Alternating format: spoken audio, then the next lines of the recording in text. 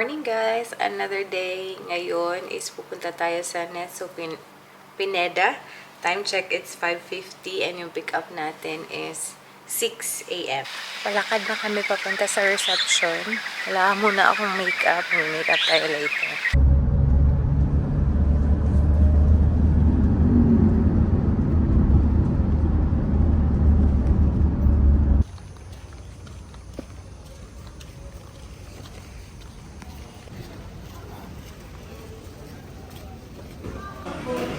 Coffee lang kami at saka something to eat. Wala pa yung order ko ba? Yeah, kasi sleepy. Ito yung pagkain ko. Yung kay Michelle sandwich lang. Tsaka meron siyang ice na coffee. Kain. We are boarding! 1 hour daw yung biyahe.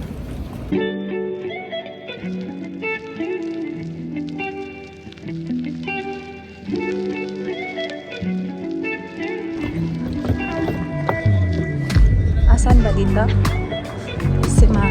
Cebu Hills Store.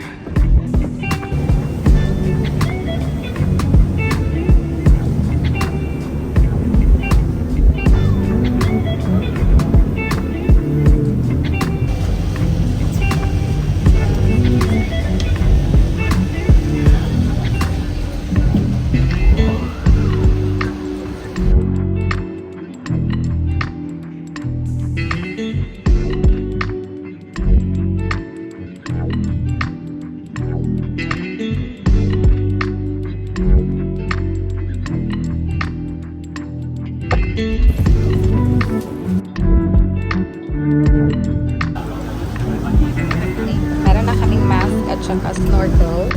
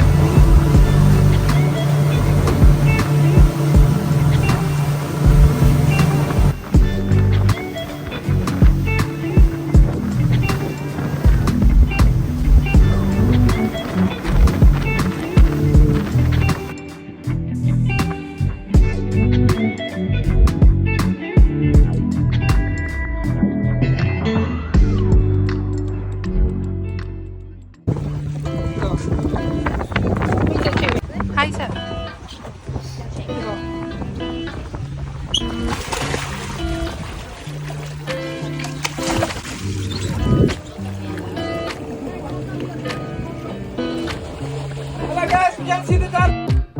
우회전 taking a ride to Jonah Lake 눈치 보면서 들어가야 할 때 찾아 나머진 바빠 개설레임 바꾸는 사람들 시간만 지나가 자신감 가지고 해와 그냥 천천히 들어가야 해 어쩔 때는 무작정 들이밀기만 하지만 그런 거랑 차이가 있어 baby 동선을 타고 난 날아올라 yeah 동선을 타고 난 날아올라 yeah 동선을 타고 난 날아올라 yeah 동선을 타고 난 날아올라 하고 싶었던 취미 다 골라 어디든 갈 거야 Let's go, Tapos na aming snorkeling tour. And papunta na kami para kumuha ng towels at saka mag-rinse. Initially, sobrang natakot talaga ako as in. Pero nung third na, sobrang ganda. Nakaka-enjoy na talaga siya. Ayan. Lunch muna tayo, no? Trek ba yan sa Kilingking? I don't think it's a trek. Just a walk? The other guinea said it's a short walk, right, to Killing King? Is it a short walk? Short walk going to Kilingking. From the parking area Yeah. going to Killing King, basically. We need time around, I think, 150 meters. 100. Okay. Okay, that's good. If you want to go into the beach, yeah. 40 minutes, never mind. 40 minutes down. Up is 2 hours. Just 1 hour. Just an hour. Depends if you get tired. 2 hours. Nagutom sa snorkeling, so kain muna tayo. Madami naman daw restaurant papunta sa Kiling. Michelle, how's it? Yeah, nice. No manta. Walang manta. Manta is stingray, right? Yeah, What is it? kind of. A kind of stingray. A lot of foreigners settle here as well. Like they live here now. The tourists? Yeah? Yeah. Yeah. It's cheap here, especially for retirement. You have lots of retiring people stay here because their money goes far. They just have to marry a local to buy land. Oh my God, it's so tight. Talaka, close na kami. Ooh.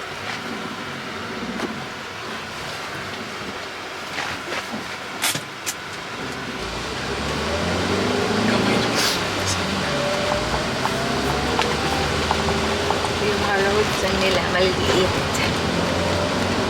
Kasi nag-boom bigla yung ano nila, tourists. They're not prepared for it.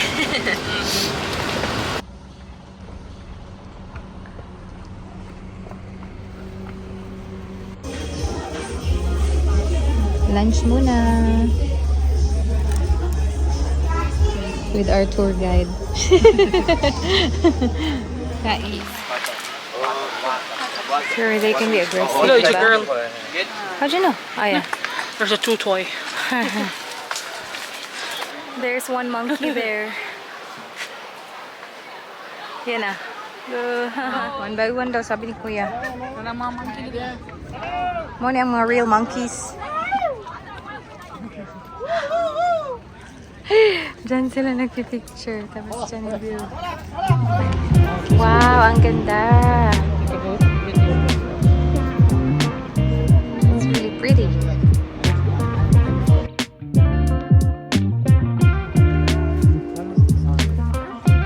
Here, Michelle. This one here.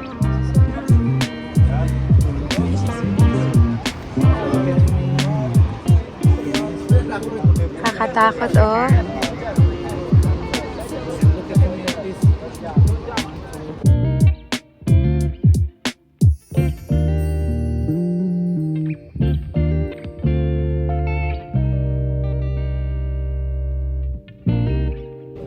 Ang dami palang nagla-line dito. Wow! Dami nagla-line dito para sa pictorial session. Wala yung mga tao nagkat-kata.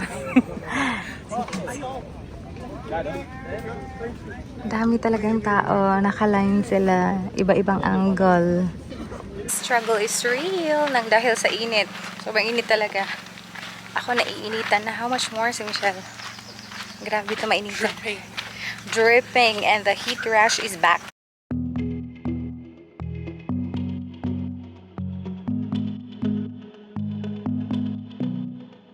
I know the next morning when the sun goes up, it might be the last day of you and me.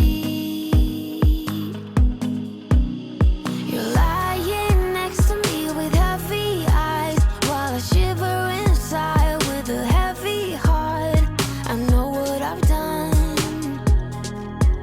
and I'm too afraid to let it go. If I could, I would turn back time. If I could, I would take it all back. If I could, I would bring back all the memories, not yours, only in my dreams.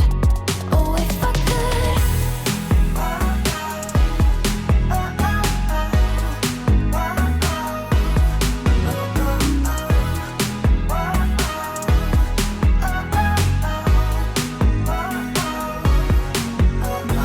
You know nothing at all about what's going down.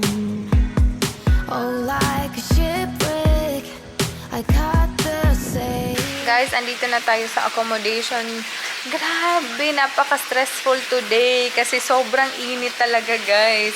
So, yung boat namin papunta doon at saka papunta dito, halos wala talaga kaming ventilation. So, medyo nag-struggle talaga kami ni Michelle kasi ang init. Especially, upo muna tayo dito. Especially yung papunta dito, doon talaga ako sobrang nag-struggle, guys. Ano pa ako, sisik pa ako kasi grabe talaga yung wave. Tapos yun na, sobrang init talaga. Sabi ko, ano ba to?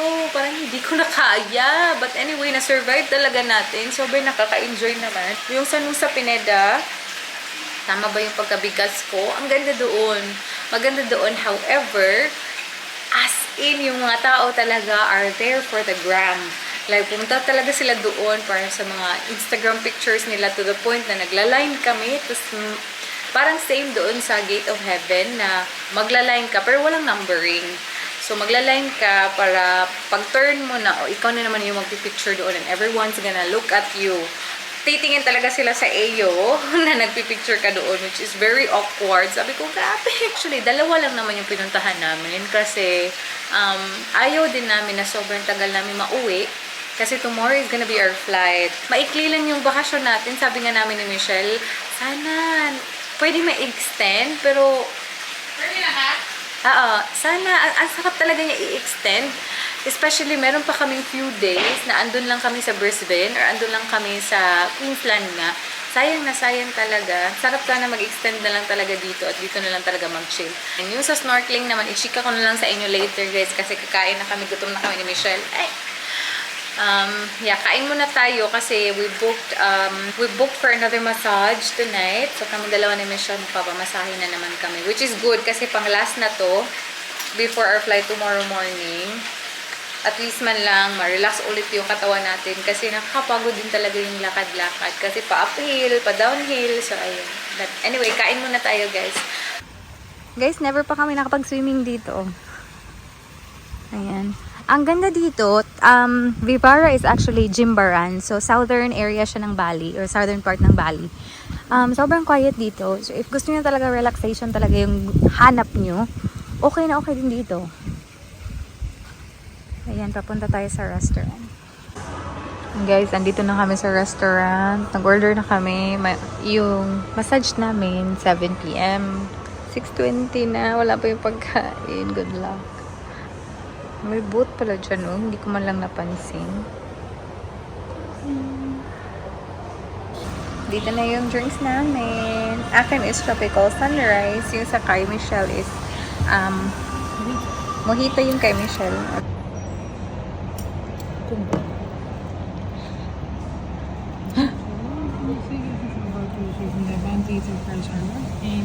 Kain tayo ng mabilisan because our massage hindi siya pwede i-reschedule. Kami yung last na customer. So magmadali tayo.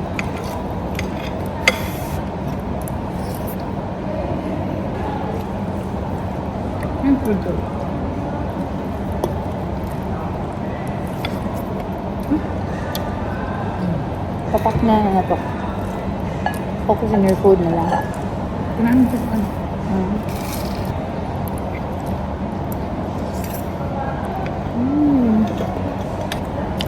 Sarap din yung garlic bread.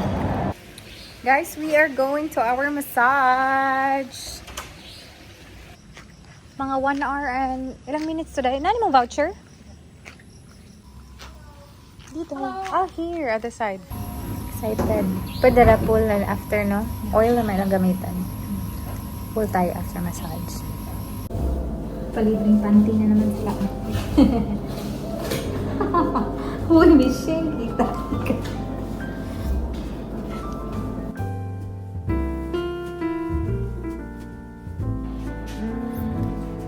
Feeling relaxed. Ganda.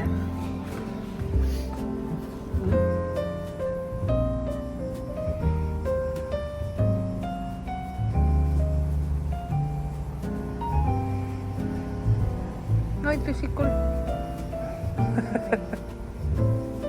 Pagdali diha, kumuray na. Ay, nako guys, napaka-relaxing na ating massage. Yung massage natin nun so much better than the last time. The last time parang chill na chill. But anyway, sinabihan ko din sila na yung ano ba, parang nag-relax na siya ba. Sabi ko, a little bit harder please. Kasi masakit yung katawan namin, sa mga lakaran, at saka yung bag ko, sobrang bigat. Tapos, yun nga, pa-uphill, pa-downhill yung nilakad natin this past few days. So, ayun, feeling relaxed na ngayon. Ano na bang oras? Time check, it's already 8:30. So, chika ko lang sa inyo kanina, guys, yung sa snorkeling ba. Yung mga snorkeling spots, 4. So, meron tayo. Yung first one is Manta Bay. Like, it's a kind of stingray nga. Unfortunately, seasonal. Hindi naman seasonal, pero depende siya sa weather. Nagpapakita sila, not all the time. So, hindi namin siya nakita. And alam nyo ba, guys, alam nyo naman na struggle ako pag mga water activities talaga, no? Kasi natatakot ako. Just for your own reference, if ever mag-snorkeling kayo. If ever first time yung mag-snorkeling. Kasi first time ko mag-snorkeling eh. I have no idea how to use the of course, sa mask, alam ko na yun. Pero yung snorkel talaga, hindi ako marunong. Hindi ako marunong mag-breathe through my mouth. Nag-struggle ako initially talaga kasi nalalagyan talaga siya ng tubig. So, yung first spot namin, struggle talaga ako, guys. And sabi ko, my God, naiiyak na ako kasi gustong-gusto ko talaga siyang i-try. However, nahihirapan ako, nakakainom ako ng tubig, na parang na-frustrate na ako sa sarili ko na bakit nakakainom ako ng maraming tubig? Tapos malakas pa yung waves. So parang nag-struggle talaga ako kanina. And then hindi nyo masyado nakita yung struggle namin kasi nagka-issue din kami sa camera. Yung camera ni Michelle na GoPro, hindi umandar. Hindi talaga siya umandar. So, ewan ko kung ano nangyari sa camera niya. But anyway, dun nga, hindi kami nakakita ng manta, dun sa Manta Bay. Sa next naman, sa Gamat Bay, nakakita ako ng konting mga isda. Struggling pa rin ako sa snorkeling, guys. Sabi ko talaga, ano ba to? Kailangan ko siyang mag-gets before matapos yung lahat ng spots namin. So, nung third time na, doon na ako naging masaya. Kasi nga, initially, di ko alam kung bakit yung tubig talaga, pumapasok talaga siya sa ilong ko. Naiinis ako kung bakit ganun. Kaya pala, kasi hindi masyadong fitted sa akin yung mask. So, nagkakaroon ng space, bumababa siya to the point na napupunta na dito yung pang-ilong ko, dito na sa mouth area na pumapasok na talaga yung tubig. So, nung sa third, sabi ko, I think, kailangan ko talaga siyang i-fit. So, sobrang fitted na talaga to the point na sakit-sakit na dito. Sabi ko, wala akong pakialam. Gusto ko talaga na makuha ko siya kasi sayang yung opportunity na andun na kami. Although, sobrang takot ako, sobrang anxious talaga ako, guys. Yung nakikita talaga sa mukha ko, if ever na vlog yun, na sobrang natatakot talaga ako sa ginagawa namin kasi tubig siya. Hindi ko siya abot. So, yung mga ganun. But anyway, nakuha ko siya sa third spot namin, which is the Crystal Bay. Doon na talaga, sobrang ganda talaga ng Crystal Bay. Ang dami ko nakita, maliit na isda. Andun si Dory, minsan nagpapakita si Nemo, pero hindi ko nakita si Nemo. So, si Dory lang. Ang dami doong isda, may mga, di ko alam kung ano yung mga pangalan ng mga isda na yun, pero nakita naman sa video. And yung sa last din, The Wall yung tawag, maganda din doon, maganda din talaga doon. If ever magsusnorkeling kayo dun sa Bali, i-expect nyo na lang that they're not gonna ask if ever first time yung mag-snorkeling. There will be no instruction kung paano siya gamitin. Expected na nila na alam nyo na yung gagawin nyo. So, para bang, wala pang instruction, wala man lang question kung sino first time dito mag-snorkeling and whatever. Walang ganun. Kailangan ko talagang mag-learn very quickly doon kasi di ako marunong. Ang takot pa ako. Yun yung problema eh. Mahihirapan kang maka-learn agad-agad kasi may takot na. And with the life vest din, pwede ka mag-life vest. Makikita nyo nag-life vest ako kasi for my safety. Kasi medyo grabe din naman yung waves. Yun din, I have to ask them, do you have a life vest? Feeling ko, if ever hindi ka mag-a-ask, they're not gonna offer it. Yeah. Kasi ako sabi ko talaga, ano ba to? Wala man lang question. Tapos may mga bata doon, sabi nila na, do they have more life vests? Kasi nga hindi sila nagsabi. So, kami pa yung nagsabi ni Michelle na, do you have more? Kasi ako lang yung nag-ask na, meron bang life vest? Sinatakot ako para sa sarili ko, uy. So, sabi niya, meron naman. So, ako, tapos yung mother at saka yung dalawang bata, naka-life vest kami. The others, hindi. Meron din dalawa doon na parang nag-island hopping lang sila. Hindi talaga sila nag-snorkeling. But yeah, it was a very good experience, guys. Kasi first time ko doon, nakakita talaga ako ng mga dami-dami talagang isda. It's a very good experience. But yeah, you just have to be mindful na expected nila na marunong ka and you have to ask them what you want for your own safety. Kasi unfortunately, hindi siya na-offer sa amin. Ako pa yung nag-ask kasi baka mamatay ako dito. Happy ako kasi yung mga kinakatakutan ko ginagawa ko. Like, go lang talaga ng go. So, yun. And ipapakita ko sa inyo kung magkano yun dito kasi it was, again, may tour guide na naman tayo. So much easier if meron talagang tour guide sa mga pupuntahan nyo. Kasi halos lahat siguro gagamit sila ng tour guide.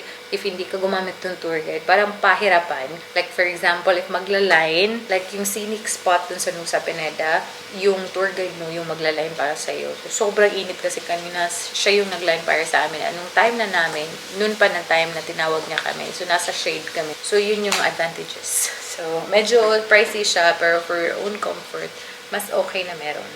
Yun lang naman guys, dalawa lang naman yung pinuntahan namin kasi nga gusto namin makapunta dito early, which is very unfortunate. Hindi kami nakarating ng early dito kasi sobrang traffic, kasi nag-meeting lahat ng mga leaders ng different regions or different locations dito.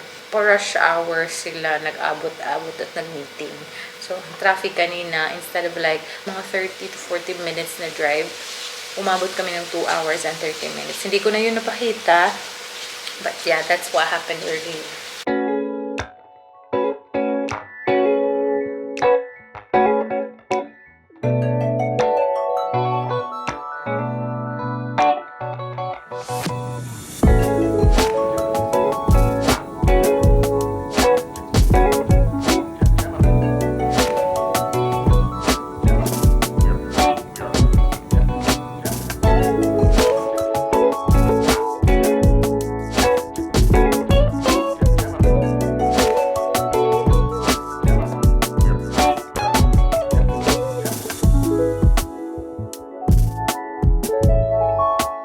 Guys, mutikan ko na palang makalimutang ipakita sa inyo yung mga nabili natin na coffee at saka tea doon sa coffee tasting. Hindi ko alam kung ano talaga pangalan doon. We have the coconut coffee na na-try namin. Masarap to siya. Isang malaki. Tapos, isa din malaking lemongrass tea. Yan. Kasi masarap yung lemongrass nila. At saka isang ginger coffee.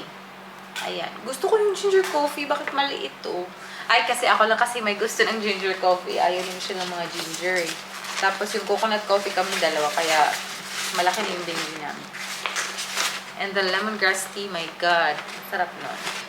Guys, very fresh tayo. And now, we are gonna start packing para hindi tayo masyadong early gumising bukas. So, at least man lang makakapag-breakfast tayo kasi our pickup is gonna be at 9 a.m. At yung ating flight is at 1 p.m. So, ganahan ako pa itong loan sa kasuotin kayo. Mati oy. Hindi ko ano, dapat comfortable.